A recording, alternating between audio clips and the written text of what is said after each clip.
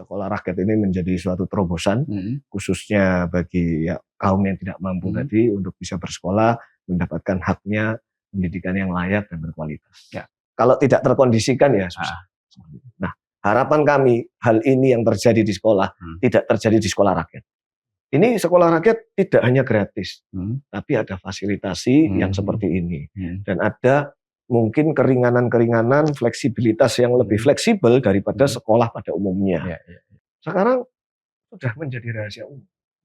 Ya, menjadi rahasia umum untuk masuk di sekolah SMA negeri tertentu yang dalam tanda kutip gratis, itu tidak gratis. Kan seperti ini miris gitu. Di mana kita mau hilangkan seperti ini, tapi oknum di sekolah melakukan praktek yang seperti itu, saya rasa ini harus sama-sama berani. Orang tua siswa, kami selaku wakil rakyat, ayo sama-sama berani.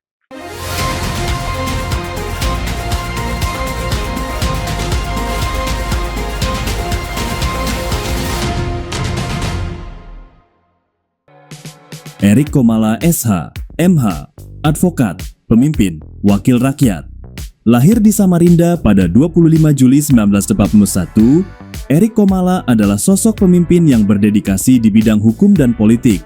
Menempuh pendidikan di SMA Kristen Bethel Surabaya, ia melanjutkan studinya di Fakultas Hukum Universitas Surabaya dan meraih gelar Magister Hukum dari Universitas Narotama. Dalam dunia organisasi, Erik dikenal aktif dan progresif.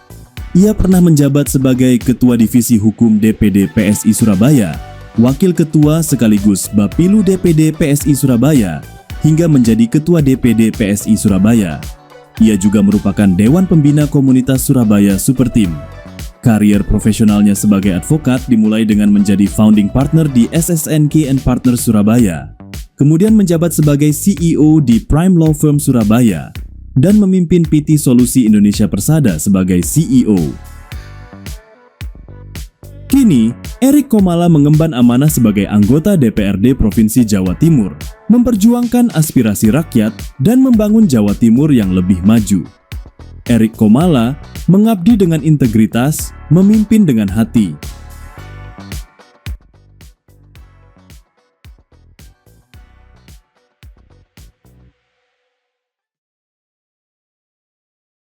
Assalamualaikum warahmatullahi wabarakatuh. Salam sejahtera untuk kita semuanya. Tribuners, bertemu lagi dengan saya, Mujib Anwar, jurnalis senior Harian Surya Tribun Network, dalam acara podcast DPRD Jawa Timur, Gebrakan Wakil Rakyat.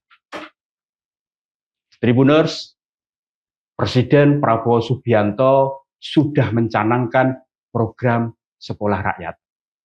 Sekitar 65 sekolah akan mulai beroperasi tahun 2025 ini. Dimaksudkan untuk menampung para siswa dari keluarga miskin. Nah, keberadaan sekolah rakyat ini adalah untuk mengatasi masalah di sektor pendidikan, yakni keterbatasan akses pendidikan bagi siswa dari keluarga miskin dan kurang mampu. Tentu agar tercipta kesetaraan dan keadilan di bidang pendidikan. Untuk itu, kali ini kita akan mengangkat tema yang lagi viral ini, yang lagi banyak disoroti, ditunggu pelaksanaannya oleh masyarakat seluruh Indonesia, juga di Jawa Timur. Tema kita adalah pelaksanaan program sekolah rakyat di Jawa Timur. Untuk itu, sudah hadir bersama kita untuk mengulas tema yang menarik ini, Bapak Erik Komala SH MH. Beliau adalah anggota Komisi A Bidang Pemerintahan DPRD Jawa Timur. Bapak Erik Komala ini akrab disapa Bro Erik, karena beliau berasal dari Partai Solidaritas Indonesia, PSI. Selamat datang, Bro. Terima kasih ini. Di saat kesibukannya sudah menyempatkan hadir di studio ini. Bro, Erik, ini kan ada program dari Presiden Prabowo Subianto terkait sekolah rakyat. Ya. Bagaimana menurut Anda? Ya, tentunya sekolah rakyat ini menurut saya baik sekali. Ya. Baik sekali artinya mungkin program ini diciptakan, dicetuskan dengan dasar supaya memajukan pendidikan, Ya. terutama di kalangan umum yang tidak mampu. Karena seperti yang kita tahu, sekolah-sekolah yang ada, swasta maupun negeri, sebenarnya juga belum terlalu menjangkau kaum yang tidak mampu dengan berbagai macam alasan administratif yang sedang kita tahu sebenarnya. Seperti yang kita tahu, setiap tahun itu pendidikan masalahnya selalu ada. Mau di kota, mau di kabupaten, di kota-kota kecil juga selalu ada. Jadi mungkin sekolah rakyat ini menjadi suatu terobosan, khususnya bagi kaum yang tidak mampu tadi untuk bisa bersekolah, mendapatkan haknya pendidikan yang layak dan berkualitas. Dari catatan Bro Erik, apa kira-kira masalah yang selalu muncul setiap tahun di bidang pendidikan ini, khususnya di Jawa Timur? Iya, masalah klise itu adalah pendaftaran. Jadi ketika ini penerimaan siswa baru. Betul, kalau dulu itu namanya PPDB ya, kalau sekarang SPMB. Ya, saya nggak tahu ini cuma beda nama atau sama rasa ya. Karena saya cukup mencermati ketika kami anggota DPR ini melakukan resap aspirasi. Tentunya kalau saya di Dapil Surabaya, jadi saya muter ya di Surabaya, mau itu resap aspirasi, sarasehan, berbagai kegiatan yang saya lakukan bertemu dengan masyarakat. Pertanyaan paling banyak adalah soal pendidikan. Di mana pendaftaran yang carut-marut, masalah zonasi, dan yang paling kita kritisi adalah gratifikasi ya seperti itu. Artinya harapan kami masyarakat seharusnya tidak worried lagi soal ini, karena terus diperbaharui, harusnya sistemnya lebih bagus, asal dijalankan dengan baik, saya rasa bisa bagus di masyarakat. Bu Erik, ini kan atas sekolah rakyat ini yang jadi program pemerintah pusat yang sekarang sudah mulai direalisasikan oleh pemerintah provinsi dan kabupaten kota. Ini kan nawaitunya, ini kan agar akses pendidikan kan lebih mudah. Betul. Dan ada penyetaraan seperti itu, serta keadilan bagi para siswa, terutama dari keluarga yang tidak mampu atau miskin. Catatan Bro Erik seperti apa kalau dapilnya Bro Erik ini kan di Surabaya? Ya, mungkin kalau kita berkacamata dari dapil saya di Surabaya mungkin angkanya kecil. Tapi kalau kita lihat di daerah-daerah misalnya di daerah Tenggale atau di mana yang memang akses pendidikannya juga susah, ada yang masyarakatnya agak titik atas, di gunungan, mereka harus bersekolahnya jalan kaki dan jauh-jauh, itu sangat bagus, sangat perlu. Cuman yang perlu kita garis bawahi ini bagaimana efektivitas pelaksanaannya. Itu tadi. Jangan sampai anggaran ada, tadi nama itunya udah programnya sudah disusun sedemikian rupa, tetapi pelaksanaannya tidak maksimal. Itu tadi. Nah, dari 56 yang akan mulai beroperasi sekolah kerakyatan ini kan, sekolah rakyat ini kan di Jawa Timur ini kan ada 5. 5. Surabaya, Lamongan, Lamongan, Malang, Mojokerto dan Kota Batu.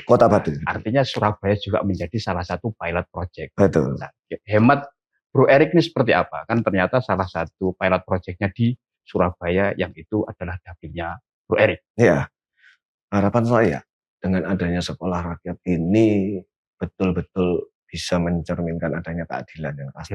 Karena begini Mas, jalur-jalur kemarin, apalagi yang nanti ini kita ada mengenal yang jalur yang namanya afirmasi. Ini baru yang jalur baru ini Jalur baru jalur baru ini kan ada 4 domisili, afirmasi, prestasi dan mutasi.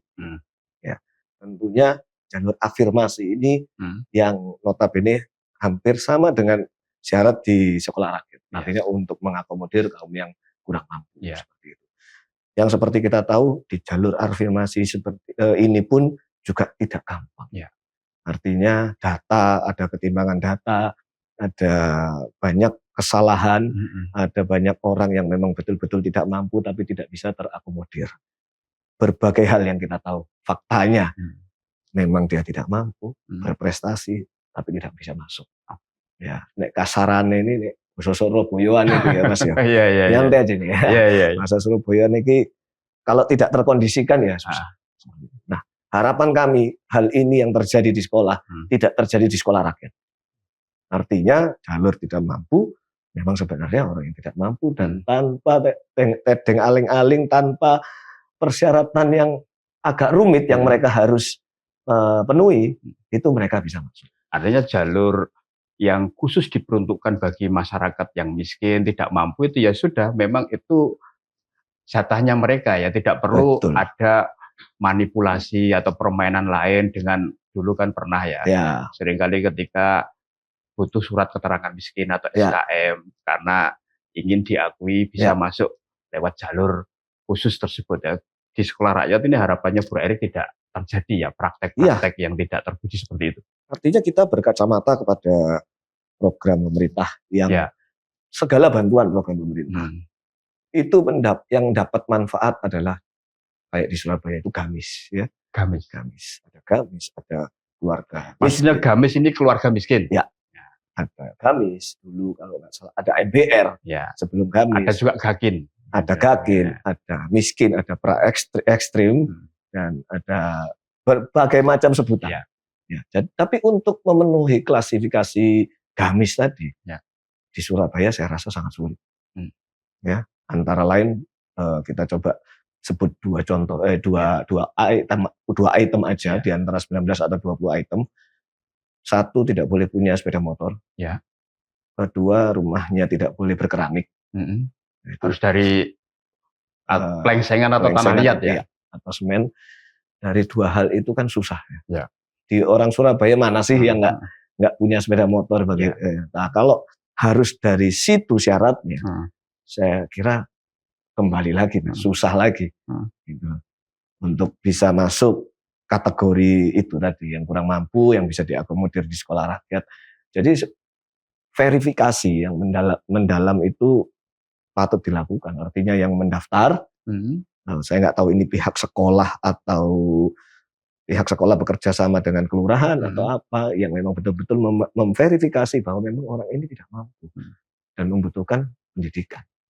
Apalagi ini kan ini kan mau dimulai atau dibuka tahun ajaran baru ini kan mulai bulan Juli depan ini. Hasil yang tadi Bu Erik kan sering itu kan turba kan serap aspirasi, ternyata kan yang paling banyak kan salah satunya kan adalah soal aspirasi di bidang pendidikan. Ada tidak yang pernah menyampaikan soal sekolah rakyat ini dari konstituennya Bu Erik? Ada, tapi sedikit ya. Artinya PR belum besar dong ya. PR besar adalah sosialisasi. Padahal waktunya sudah mepet. Banyak yang nggak ngerti, banyak yang nggak tahu. Nah itu tadi sosialisasinya sekarang waktunya juga berbarengan dengan sosialisasi SPMB.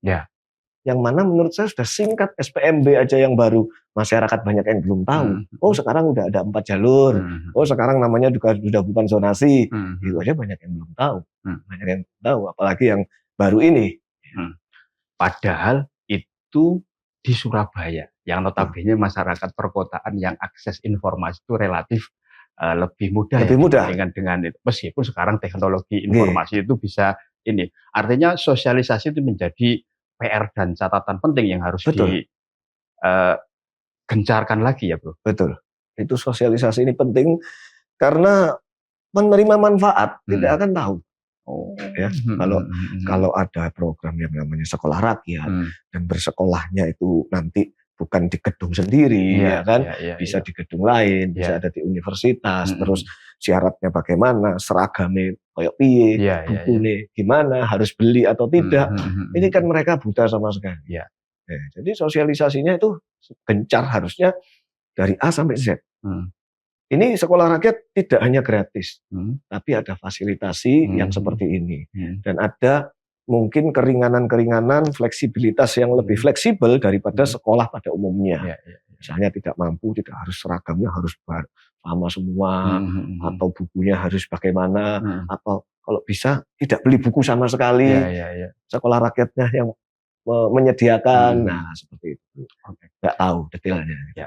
Bro, sementara ini kan baru 5 ya yang coba direalisasikan oleh Pemprov Jawa Timur untuk program sekolah rakyat ini. Nah, kira-kira karena di Jawa Timur ini kan ada 38 kabupaten kota. Dengan jumlah yang masih 5 ini, kalau menurut Bro Erik ini masih kurang atau seperti apa? Sebenarnya tadi ya, soal atas akses kesetaraan dan keadilan di bidang pendidikan. Kalau kita lihat jumlah jelas masih kurang. Tapi kalau kita mau startnya itu good point, startnya ini bagus, saya rasa jangan banyak dulu. Sedikit dulu tapi maksimal. Kita running dulu. Dari mana proses running itu kita trial error juga. Sekaligus evaluasi di mana sih celahnya. Ya, nanti kan kalau learning by doing itu lebih bagus daripada kita harus menyiapkan langsung banyak. Ternyata masih banyak celah. Masih tidak sempurna. Jadi mungkin langkah 5 ini saya rasa langkah yang bagus untuk memulainya. Supaya ini jadi pilot project, nanti ke depannya di daerah mungkin yang lebih ujung bisa dapat insight daripada yang di Surabaya ini. Artinya bisa ini ya sebagai pilot project, betul ya kan, paling tidak nanti ketika sudah ada role model untuk mengcopy paste ya program sekolah rakyat itu sudah bisa dilakukan. Jadi jangan mikir kuantitasnya dulu. Yang penting kualitasnya dulu. Jadi orang yang bersekolah di sana bukan mikir mentang-mentang ini sekolah rakyat, ini gratis, ini begini, enggak. Tapi kualitasnya bagus kok sekolah rakyat ini. Artinya tidak kalah dengan sekolah-sekolah unggulan yang lainnya ya, kira-kira seperti itu ya. Jadi maka orang tidak akan berpikir ulang untuk mau menyekolahkan anaknya di sekolah rakyat. Ini worth it. Bro Erik, salah satu masalah pendidikan di Jawa Timur, termasuk di Surabaya ini, adalah kan soal kesenjangan kualitas antar sekolah satu dengan sekolah yang lainnya, seperti itu. Nah, bagaimana DPRD Jawa Timur menyikapi hal ini? Kesenjangan ini banyak hal, Mas. Mungkin mau bahas kesenjangan yang mana dulu ini? Secara apa dulu? Kan sekolah. Bisa soal fasilitas, terus SDM pengajarnya, kan seperti itu. Kalau itu sih kemarin ya, kalau kita kemarin melihat zonasi. Zonasi itu kan sebenarnya ikrarnya bagus ya. Karena supaya tidak ada kesenjangan atau juga tidak ada sekolah favorit non favorit seperti itu. Jadi ikhtiarnya bagus ya. Tetapi pada prakteknya carut marut. Karena satu, ketersediaan sekolahnya tidak mumpuni. Bagaimana bisa satu kecamatan itu sampai tidak ada sekolah SMA negeri sama sekali. Itu di Surabaya, Mas. Di Surabaya ya, selaku ibu kota provinsi ibu kota lain. Nah, kalau itu ketersediaan sekolahnya belum banyak, bagaimana bisa melakukan zonasi yang seperti itu? Jadi kan susah. Akhirnya siswa yang dekat dengan sekolah tertentu gampang saja untuk masuk sekolah itu. Ya, itu malah timbul kesenjangan menurut saya. Jadi nggak usah berpacu lewat nilai, yang penting omani cedek ae wis langsung bisa lebu. Sistem zonasi itu ya, evaluasinya di situ ya. Evaluasinya akan di situ. Nah, jadi diharapkan yang baru ini, yang sistem yang baru ini tidak mengulang begitu, supaya ya kesenjangannya semakin kecil. Tapi praktek di lapangan, di masyarakat tetap soal dikotomi itu masih terus ada ya, bahkan stigmanya kan sampai hari ini masih terjadi kan. Sekolah favorit dan non favorit. Betul. Sekolah di pelosok dan di pusat kota, sekolah tempatnya orang kaya, anaknya orang-orang kaya dengan non kaya kan. Gimana agar paling tidak stigma atau dikotomi itu ya minimal berkurang lah kan, seperti itu. Prakteknya. Dengan menerapkan sistem yang baru ini secara efektif. Sistem baru ini sebenarnya kalau kita lihat sistemnya bukan pelaksanaannya karena kan belum habis ini. sebenarnya sistem yang diatur yang baru ini sudah cukup oke ya, sudah cukup bagus. Coba kita lihat nanti pelaksanaannya bagaimana. Kalau memang sistem itu, karena kan kita tadi lihat di syarat-syaratnya itu banyak ada, Mas. Misalnya jalur prestasi. Ya. Minimal 30%, seperti itu ya.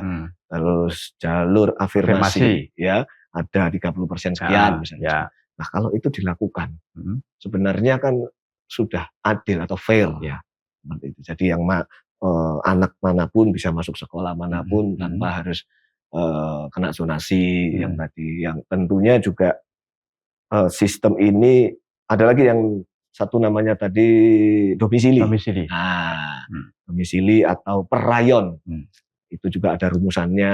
Dalam satu rayon ini harus mengakomodir berapa siswa. Sebenarnya itu diatur supaya fair. Supaya fair ya, Mas. Nah, jadi supaya nggak terjadi lagi hal-hal yang tadi sampean sebutkan. Tapi kalau memang sekolah yang tadi muncul ya, misalnya, wah ini sekolahnya ini yang kaya-kaya, ini yang sekolah yang begini. Kontrolnya memang susah. Susah ya? Susah. Itu sudah memang rasional akan berjalan seperti itu. Tapi kemungkinan sekolah yang dalam tanda kutip besar harus menerima jalur afirmasi juga. Sebesar apa yang ditentukan peraturan pemerintah. Jadi yang tidak mampu pun boleh masuk. Tentunya dengan persyaratan nilai, ya kan tadi, dan lain-lain yang termasuk memberi kuota ya. Ada kuota tertentu kuotanya yang kan jelas. Jelas kan? Jelas. Kuotanya jelas. Jangan sampai kuota ini dipermainkan. Ini yang fungsi pengawasan di sini. Benar nggak 30%? Ya. Afirmasi ini dilakukan. Jangan-jangan ini tidak ada nanti. Ya, karena pasti ada beban lain-lain lah, ada biaya yang lain-lain tidak terduga. Dan itu fakta. Sebagai wakil rakyat ya di Provinsi Jawa Timur ya, apa ini nanti yang akan dilakukan oleh Bro Erik dan teman-teman legislator di Indrapura itu untuk mengawal agar sistem penerimaan siswa baru yang mulai berlaku tahun ajaran ini nanti berlangsung sesuai dengan aturan mainnya? Ya. Jadi sebenarnya karena saya bukan di Komisi E ya, saya di Komisi A ya. Tapi aspirasinya ternyata yang paling banyak kan di bidang pendidikan, toh? Betul. Jadi saya mendorong juga teman-teman di komisi, ya, teman-teman di komisi untuk betul-betul concern atas bidang pendidikan ini. Terutama jangan, oke lah kita tidak bisa menghilangkan sampai 0, ya. Artinya ayolah dikurangi. Karena ini setiap tahun sudah menjadi keresahan orang tua. Apa ini, masalah Bro Erik, yang perlu dikurangi? Masalah penerimaan siswa ini. Yang perlu dikurangi adalah praktek kecurangannya. Sekarang sudah menjadi rahasia umum. Ya, menjadi rahasia umum untuk masuk di sekolah SMA negeri tertentu yang dalam tanda kutip gratis, itu tidak gratis. Tidak gratis. Ngomongnya keluar ke pabrik, ke masyarakat itu gratis, tapi prakteknya ternyata tidak gratis. Jadi, bahkan mahal ya. Betul. Jadi beberapa kali kalau saya ketemu konstituen ataupun ketemu warga, selalu, Pak, ini masuk sekolah sini tuh saya ditarik sekian. Saya ditarik sekian. Saya sering kali, Pak, berani sama saya ngadep? Itu pungli, Pak, nggak boleh. Kalau ditarik sekian, mampu nggak? Wah, saya nggak mampu, Pak. Gini. Oke, kalau gitu kita ngadep. Saya dampingi ke sekolah itu. Saya mau tahu gimana ini. Wah, ya Pak, nanti saya. Besoknya sudah telepon lagi, Pak, nggak jadi. Saya takut masuk ini dicing. Terus tak golek-golek lo duit. Nah, kan seperti ini miris gitu. Gimana kita mau hilangkan seperti ini? Tapi oknum di sekolah melakukan praktek yang seperti itu, saya rasa ini harus sama-sama berani. Orang tua siswa, kami selaku wakil rakyat, ayo sama-sama berani. Artinya praktek itu sebenarnya sudah menjadi kultur ya? Iya. Saya bilang sama Pak, jangan takut. Kalau sampai dicing atau ditandai, bisa lapor saya lagi, Pak. Terus akan saya kawal kan seperti itu. Karena kalau Anda nggak bergerak, semuanya akan begini. Terus ngapain protes ke kami? Karena Anda sendiri yang melegalkannya dengan cara seperti itu.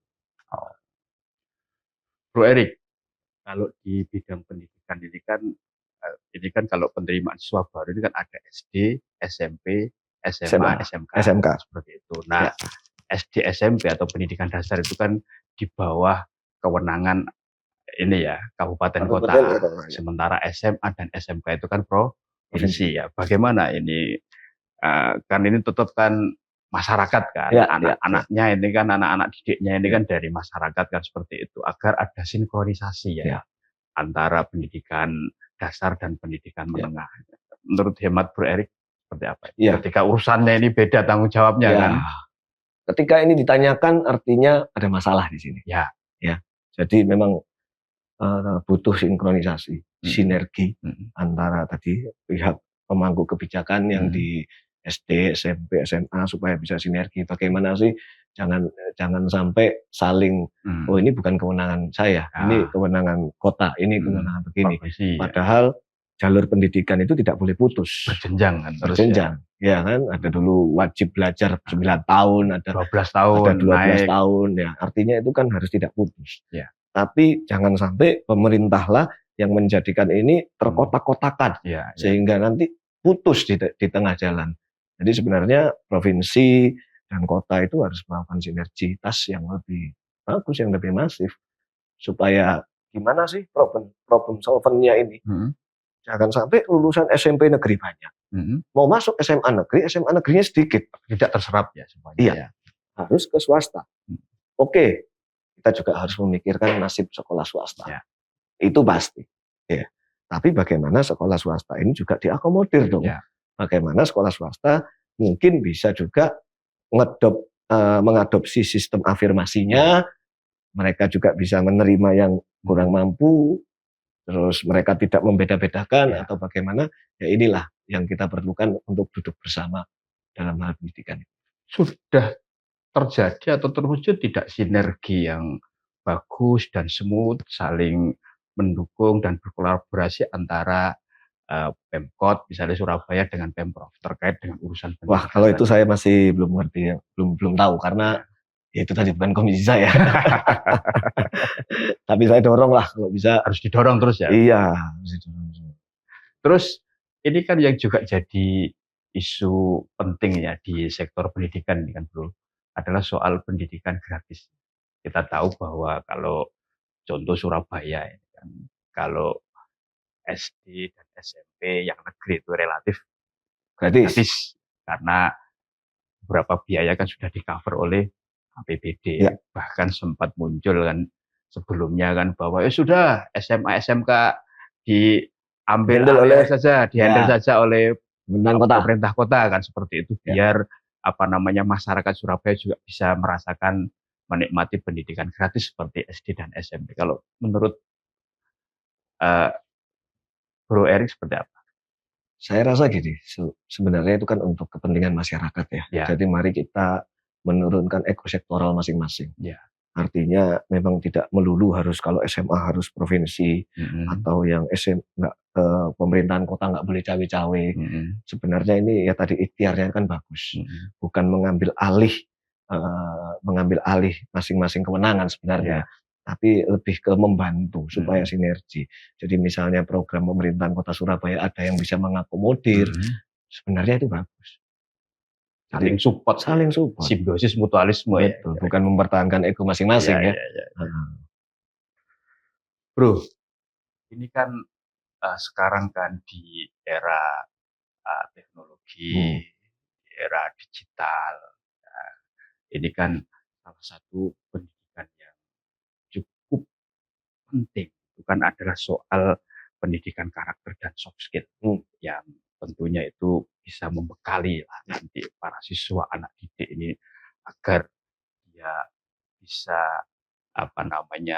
tidak kalah lah dengan tantangan zaman dengan seperti itu. Kalau menurut Bro Erik gimana? Ya, ini pertanyaan menarik. Artinya memang soft skill ini harus lebih penting sebenarnya.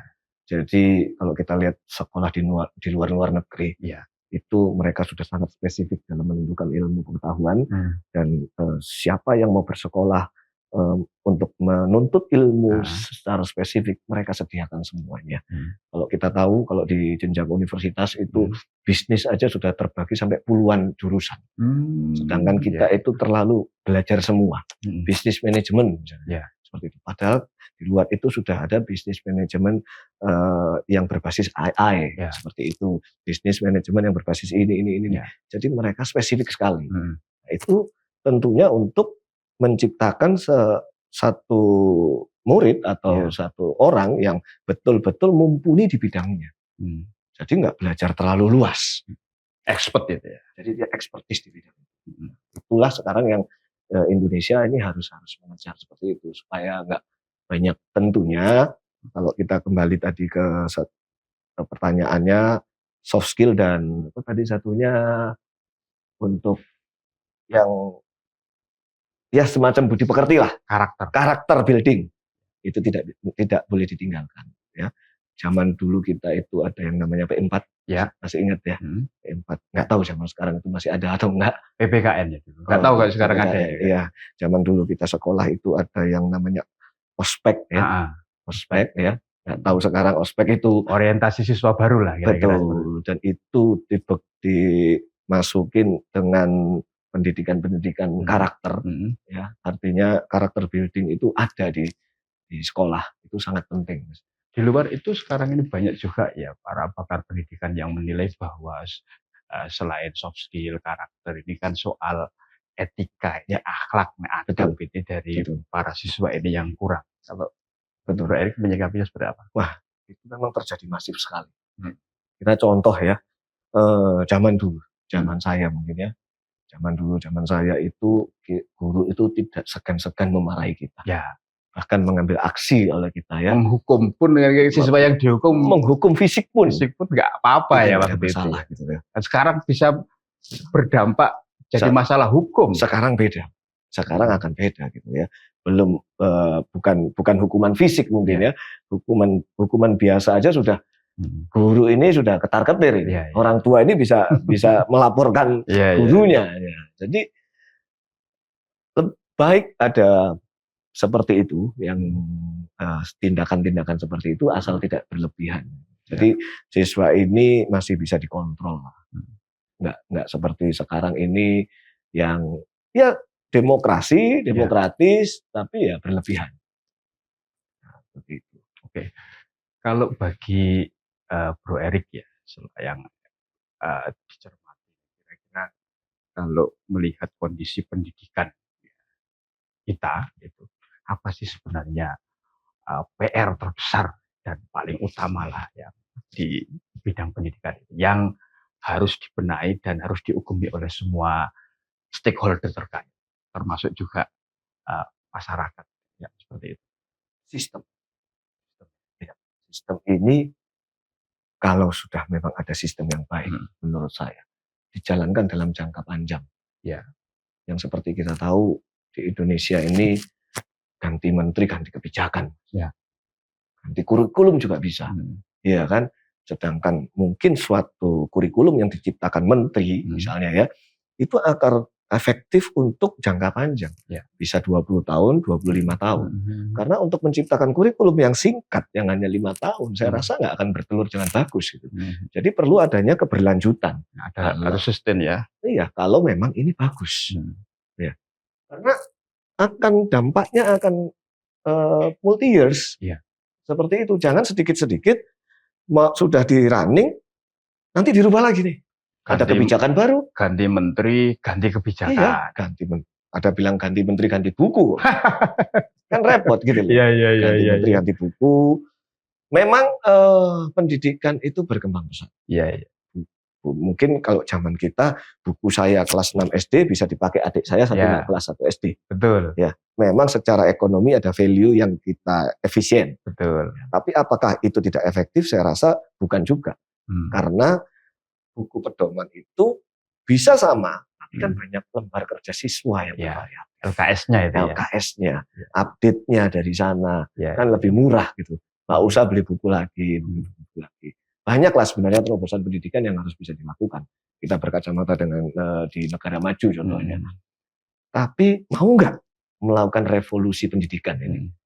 Kemarin program Pak Prabowo ingin mencerdaskan bangsa dengan memberi asupan gizi gratis. Ya, yang MBG ya. MBG. Harapannya setiap manusia ketika mendapat asupan gizi yang bagus, mereka akan berpikirnya secara bagus.